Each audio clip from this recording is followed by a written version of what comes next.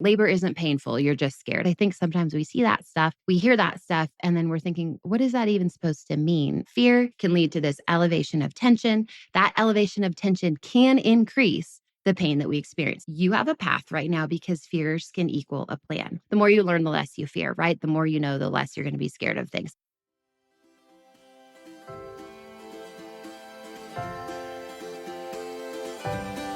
Motherhood is all-consuming. Having babies, nursing, feeling the fear of loving someone that much. And there's this baby on your chest, and boom, your entire life has changed. It's a privilege of being your child's safest space and watching your heart walk around outside of your body. The truth is, I can be having the best time being a mum 1 minute, and then the next I'm questioning all my life choices. I'm Lo Mansfield, your host of the Lo and Behold podcast. Mama of 4 littles, former labor and postpartum RN, CLC, and your new best friend in the messy middle space of all the choices you are making in pregnancy, birth, and motherhood. If there is one thing I know after years of delivering babies at the bedside and then having and now raising those 4 of my own, it is that there is no such thing as a best way to do any of this. And we're leaning into that truth here. With a mix of real life and what the textbook says, expert insights, and practical applications, each week we're making our way towards stories that we participate in, stories that we are honest about, and stories that are ours. This is the Lo and Behold podcast.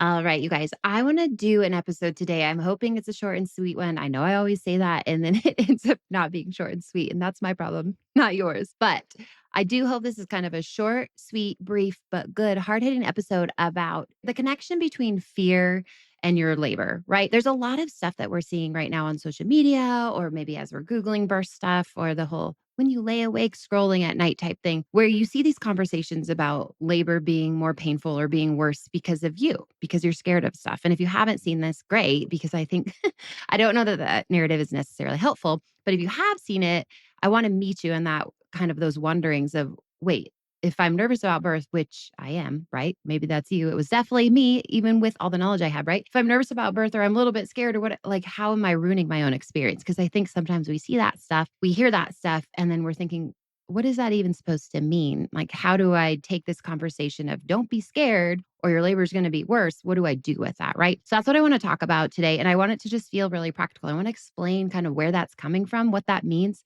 what the realities are kind of inside of that conversation, and then give you the what to do with it. Right. So some of these posts you're going to see, or maybe you have seen already, they say things like labor isn't painful, you're just scared. I remember that so clearly. I saw that one a few months ago on Instagram. Or I've seen one before where it says the reason labor hurts is because you're scared, right? So this puts a lot of fault and a lot of blame on us. So I immediately, I don't appreciate that type of narrative. But I do understand where it's coming from. And I want to explain that to you, the science, the physiology of this, but then give you kind of more practical stuff of what to do with it, as opposed to this idea of pain-free birth, right? Or if you're scared, you're going to have a bad birth. So you need to make sure you eliminate all your fear. And that's the way you have a good birth. Because I just don't agree with that. Now, I just mentioned the word pain-free birth.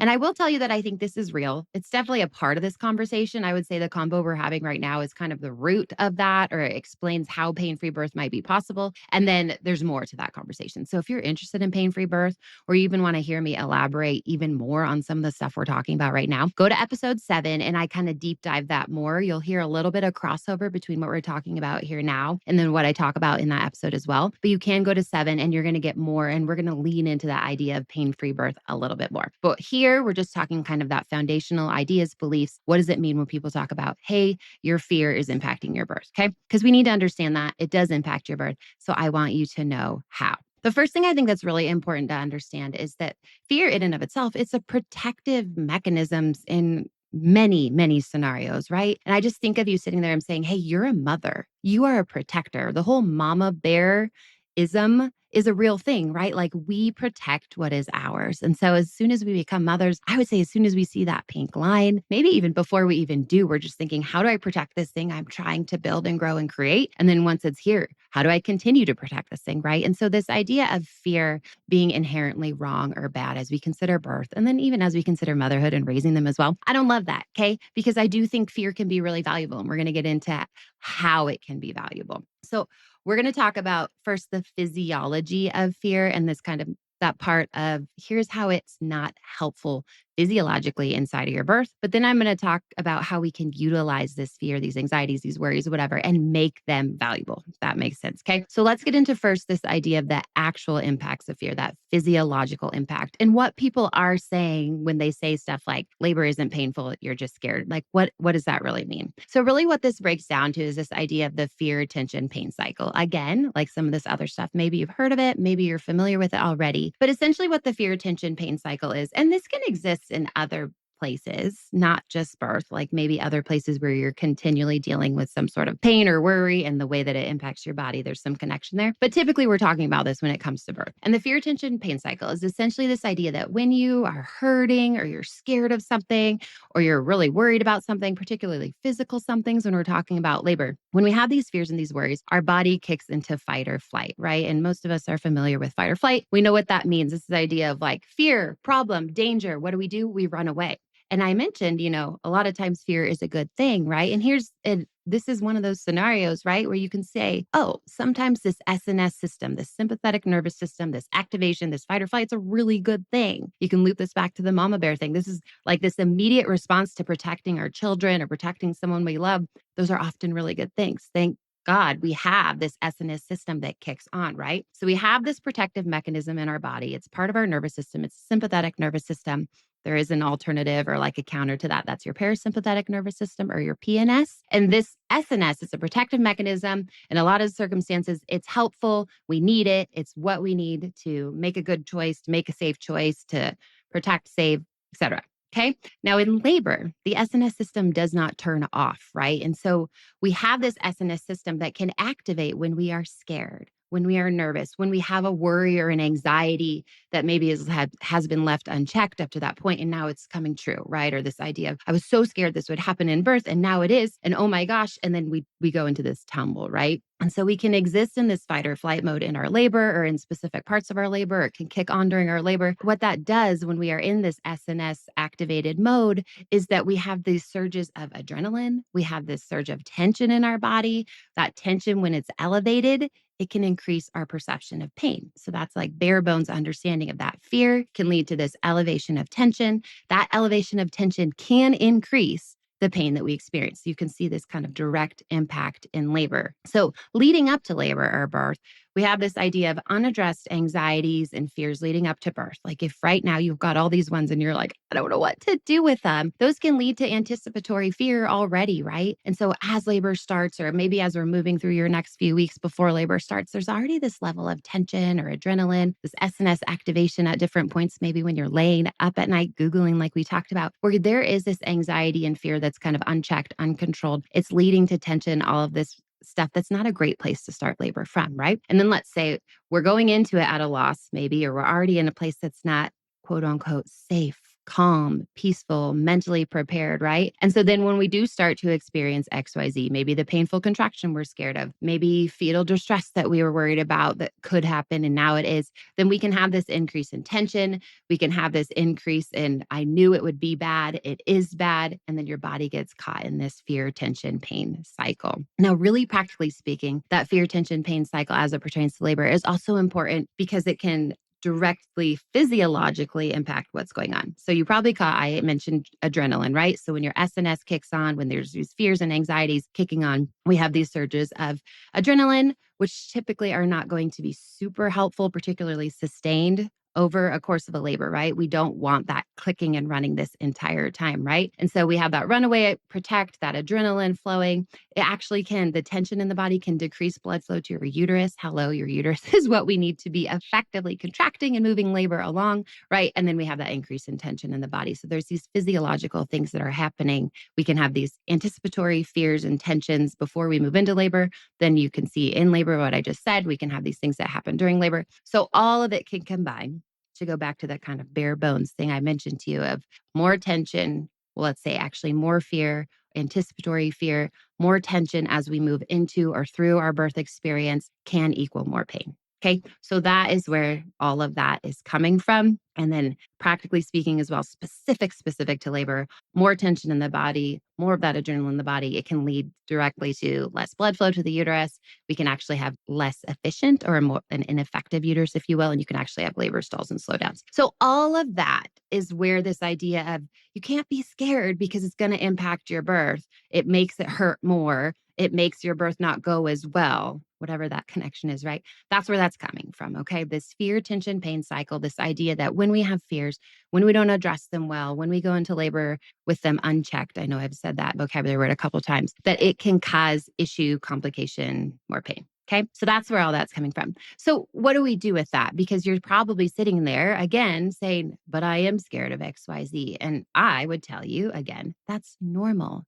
I don't know that it's practical for us to actually think you cannot have any fears going into labor. What we need to do, though, is do something with them. We can't leave them in that unchecked place I keep mentioning. Okay. So, how are you going to think about fear moving forward, knowing, hey, there is an impact here on my birth, and I have a role that I can play here to minimize that impact or to have that impact come from like a healthier place? Okay. So, the first thing I would tell you is you have a path right now because fears can equal a plan. Those fears, those anxieties, those worries, those are the places where I am telling you, you need to start leaning in. We're not going to leave those fears free to just grow in the dark, if you will. Okay. We're not going to just ignore them because they scare us too much or the possibility of them scares us too much. We're going to try and minimize some of that anticipatory fear, that fear that I mentioned we have before the process even begins. And we do that by learning, right? So I want you to ask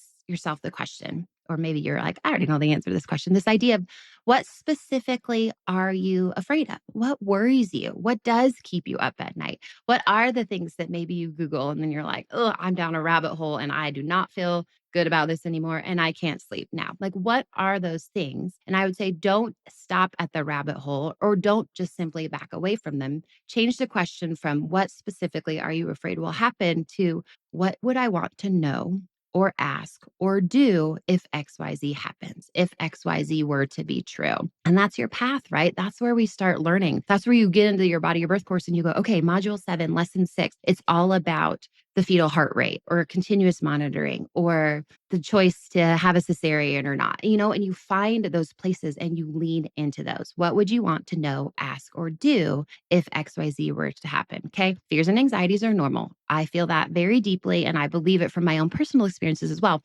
Let them be a guide for how you learn. This is the way you now make your plan to move forward and continue to get educated. Hey, friend, quick pause for just a second. If you are listening to this podcast because you want to feel more prepared, more confident, and less freaked out about birth, that is exactly why I created the Your Body, Your Birth course. This birth course will not tell you what kind of birth you should want, and nobody has the right to do that. It is about helping you understand what's happening in your body, what your options actually are, and how to walk into your birth feeling grounded, excited, ready, instead of overwhelmed and scared. When you have education like this, everything changes. Your mindset, your conversations with your care team, and the birth experience itself. No more relying on random opinions, okay? Stop scrolling. Take intentional action with me and start trusting your body, your voice, and your decisions today. Head over to www.thelabormama.com/birth, also linked in your show notes, and be sure to use the code podcast at checkout to save 20% and start working towards this better birth for you right now. Okay, let's get you back to the episode. Okay, second thing. So as you learn, because essentially I just said get learning, right? I want you to start separating possible from probable. Okay, many little difference in those vocabulary words, but this is huge for your mindset. Learning about something in birth does not mean it will happen. Inside of my birth course, there's this gorgeous quote from this perinatal psychologist, Rebecca Manning, and she talks about how when we give you information, it's like a gift to you. It's empowering to you. When we withhold information from you, we're not trusting you to make up your own mind. It's like, hey, you're going to be too nervous. You're going to be too scared. So I can't trust you with this. Like you're not an adult, right? We're not doing that. I'm not handling you with kid gloves. It's a disservice to you and it disempowers you, right? And so we're going to talk about the possibles. We're going to talk about all the possibilities, but we are going to separate them or tell our mind, work through it as we learn that possible doesn't equal equal probable. So we'll give accurate information. Inside of the course, we talk evidence, we talk reality, we talk all of that. We're giving accurate information, evidence-based information, practical lived experience information, but we're not turning the possibilities into a prediction for your birth. And that's such a huge mindset shift to separate possible from probable. So I want you to continue to learn and lean in with that mindset. That is the way that we are doing this moving forward. If you've heard of it, the Down to Birth podcast, but don't listen to them, just listen to my podcast, right? The Down to Birth podcast is great. I love listening to it. They had a quote a while ago on their Instagram, and it was about someone who had shared with a midwife about what she wanted for a third baby. She wanted this joyful, empowering experience. She basically said that. And then the midwife's response in her experience had been, oh, well, third babies are wild cards. And there was this immediate desire to temper expectations, right? To almost lean into, just so you know, all these bad things could happen. So I just want you to be sure about that. And they had a quote, the Down to Birth podcast had a quote on their post, like in the next slide on this, in this little story set. And it basically said, focus on the birth you're hoping for, not the one that you're afraid of, right? Because there can be this tendency for us, and I'm included in this, I am not perfect here, to temper your expectations, right? And be like, yes, you could do this and we want this. Also, don't forget this could happen. And so sometimes we lean too hard into the possibilities or the probabilities instead of just saying, this is possible. It is not probable. So let's lean into what you're hopeful for, right? So all that to say, I just want you to walk through this with this mindset that possible does not indicate probable. A potential risk factor does not indicate reality, okay? We want to look at these numbers and understand that they could happen, but nothing about you learning about them or knowing your options about them indicates they will happen. Knowledge is just power. Cheesy, but true, right? So this knowledge that we're learning about the possibles simply turns you into a more empowered patient. That's going to be the game changer for your birth. Okay, the third thing, your body is built to support you in this. So we're talking straight physiology right now, this physical part of birth. The reality is that bodies are built to do this. We have these incredible pelvises that shift and move. We have this incredible uterus that knows how to contract. It's strong. It grows huge intentionally. It shrinks back down after birth intentionally. This design is incredible, right? The tissues that are meant to allow baby through that might tear, they also heal beautifully. Like these systems are really, really cool. And you could say, oh, it is probable, right? To go back to what you just talked about, that the system won't work, right? And we can look around and know that the system is not always perfect, but we're still going to rest in what we know is overall true. The system is built a certain way. You're not asking your body to do something that it is not made for when you're asking your body to have this baby, okay? So we're leaning into that. Going back to that S&S cycle, I said, oh, adrenaline, these things can surge during labor. That's not helpful. Guess what? Your body also puts out endorphins and feel-good hormones to support you during labor. This is so cool. It doesn't happen at any other pain process. It's like this specific labor process where your body is talking to itself and things go up to the brain and say, hey, we need endorphins. We need support. Help me get through this painful experience, and your body delivers, okay? So we just need to understand that physiologically speaking, this design is really cool. It's really good. It's intended to work and it's intended to support you. So carry that in while you think about, oh, I'm so scared XYZ might not happen or might go wrong. Also, or I would say even greater, the body is designed to do this and has really, really cool things that kick on and support you in doing this. Okay. So we're just not going to forget that. So that brings us to the, okay, cool. We're thinking through how do we change our mindset, or what are some things that can kind of support me as I go, okay, I don't want to just be scared. What do I do? Now here's what we can actually do, right? Those were kind of mindset shifts and changes and different ways to think about fear. Now I want to give you some practical, what do you do? So the first is, no surprise here, the more you learn, the less you fear, right? The more you know, the less you're going to be scared of things. And so you do need to lean in. And we kind of already talked about this when I said, hey, don't back away, don't leave things in a void, right? But the goal doesn't have to be pain-free. You don't have to walk away from this going, okay, I cannot have fear. I cannot have fear. That's not what we're talking about here again. But I want you to start speaking things out loud. I want you to speak them out loud to a birth partner. We're not going to leave fears hiding in the dark. Sometimes they think like, oh, if my kids are scared of something or they don't talk about it out loud, it gets bigger and bigger and bigger. The anticipation gets bigger and bigger and bigger. My two oldest daughters, they just flew on an airplane alone to see their grandparents for the first time. And the anticipation of saying goodbye and leaving us was so much bigger for my youngest of those two girls than the reality of it was, right? Because it's like this thing that was growing in the dark. So we just kept talking. We just kept talking about what could happen, what it would look like, what were the good parts, focusing on the goodness, focusing on the hope, right? And the actual reality of it, she got in the car after saying goodbye to me and she was with her dad and she says, "Gosh, I'm so glad that was over. It was way worse, to think about saying goodbye than it was to actually say bye to mom." And that's it, right? That's a perfect example of we're not leaving things in the dark to grow and to fester. We're going to talk about them because often that anticipation can really hurt us. And so we want to move through it so that we can handle the reality even better, even healthier, even stronger. Okay. So we're going to learn more. We're going to speak things out loud. We are not going to back away. So education, birth course, get inside your body, your birth,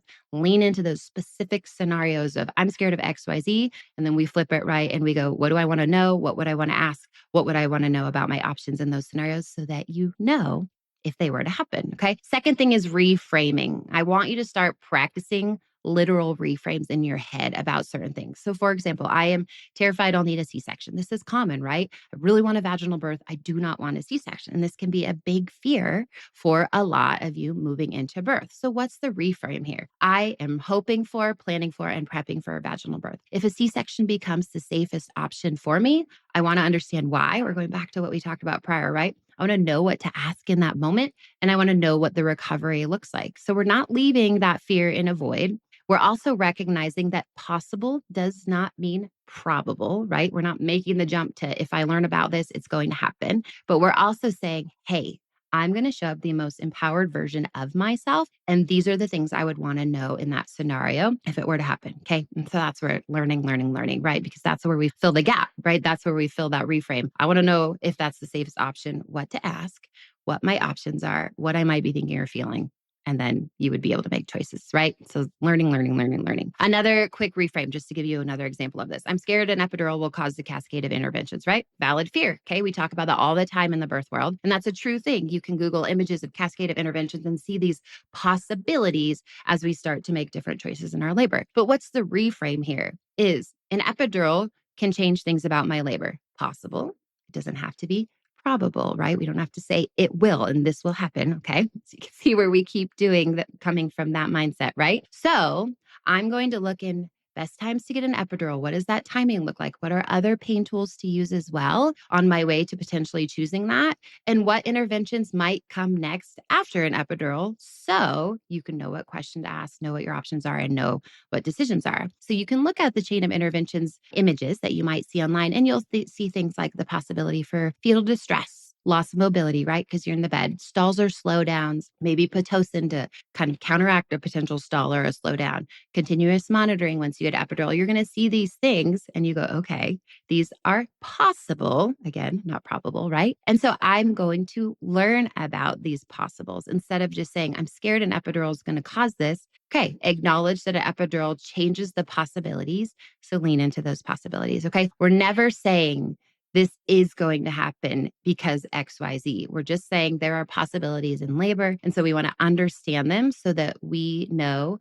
how to respond when we're inside of them. Going back to that quote I mentioned and obviously butchered, there's this idea again of we're empowering you to show up and we're trusting you with information. That is my job, is to say, I'm not letting some sort of scary thing, I'm not going to withhold that from you because you can't handle it. Yes, you can. And I'm going to trust you to be able to handle it so that you can show up better in your birth. Okay, last thing, third practical thing, learn how to breathe. And the reason this is so important is because we talked all about the SNS and the fear, tension, pain cycle. Guess how you activate the parasympathetic nervous system, which is your rest and digest, if you remember like high school science, right? The one that calms, the ones that chills you out, the one that helps you make better choices, particularly in a scenario that might otherwise be tense and you're feeling a little bit out of control. Breath work, breathing. This can be true as you prep, as you lay there in bed tonight, scrolling whatever it is that you don't want to happen. And how do we stop that? Breath work. Calm that body down. Activate that parasympathetic nervous system with deep inhales, exhales. During that contraction, you breathe before you're able to make a choice, right? That is like the root of the root. The foundation of the things is the ability to breathe and to calm down the body, to remind yourself you're safe, and then make a decision or to say what's going on. Hey, what are my options? What are my alternatives, right? If you're not in charge of this kind of integral part of yourself, your breathing, you are going to struggle, if be able to at all, kind of make decisions from a really calmer, peaceful, sound place, decisions you're proud of where you go, okay, I had the wherewithal in that moment to think and then to act. impact. Okay. So practically speaking, learn about breath work, learn how to breathe. You can practice this. You can practice it at home through labor. There's patterns. We have a full module of lessons about patterns of breathing, what those look like, progressive relaxation. That's all about breathing and relaxing the body. You can do those things right now while you prep, because then when you're in a scenario where you might need to use them, your immediate response will be, I know how to breathe. I'm going to calm myself down, or I'm going to calm this space down. And then we're going to have this discussion that we need to have, or make a decision that we need to make. All right. That's it. That's what I got for you. If you take one thing from this episode, I do want it to be this. You do not have to eliminate every fear that you have about birth before you give birth or before labor starts. That is not my goal for you, though I do think that could be a goal. And you can listen to episode 7, like I said, for more on that. The goal is you just need to understand where the fear's coming from. What are they? We call them out. We bring them into the light. Get the information that you're missing about them, right? So what are the information gaps you might have, or misunderstandings that you might have? And then you remind yourself that possible does not mean inevitable, right? Okay. So we're not saying everything that we consider is then going to happen. We can focus on that joyful experience. We do not have to temper our expectations, okay? We just understand that there are unexpecteds or possibles, and we're going to lean into them so that we show up the most empowered version of ourselves. So to change the way we think about fear. Now you understand, hey, it has a role. It has a significant role. Here's how it can impact me. We're changing the way we think about it, right? And then we're going to learn more in that idea of the mindset shift that's happening, right? We're going to learn more. We're going to breathe, because it's so, so important. You're going to reframe how you're thinking about things, and you're going to recognize and acknowledge, yeah, birth can be unpredictable. It can be a little bit hard, but it can 100% be an incredible experience. We are going to frame it that way. We're going to lean into it that way. Okay. The shift where you take your fears and your worries and you make them actionable. Like with everything we talked about, we're making them actionable and we're making them smaller. That is the shift that changes everything for you in this fear and labor and birth conversation. Thank you so much for listening to the Lo and Behold podcast. I hope there was something for you in today's episode that made you think, made you laugh, or made you feel seen. For show notes and links to the resources, freebies, or discount codes mentioned in this episode, please head over to loandbeholdpodcast.com. If you aren't following along yet, make sure to tap subscribe or follow in your podcast app so we can keep hanging out together. And if you haven't heard it yet today, you're doing a really good job. A little reminder for you before you go. Opinions shared by guests of this show are their own and do not always reflect those of myself and the Labor Mama platform. Additionally, the information you hear on this podcast or that you receive via any linked resources should not be considered medical advice. Please see our full disclaimer at the link in your show notes.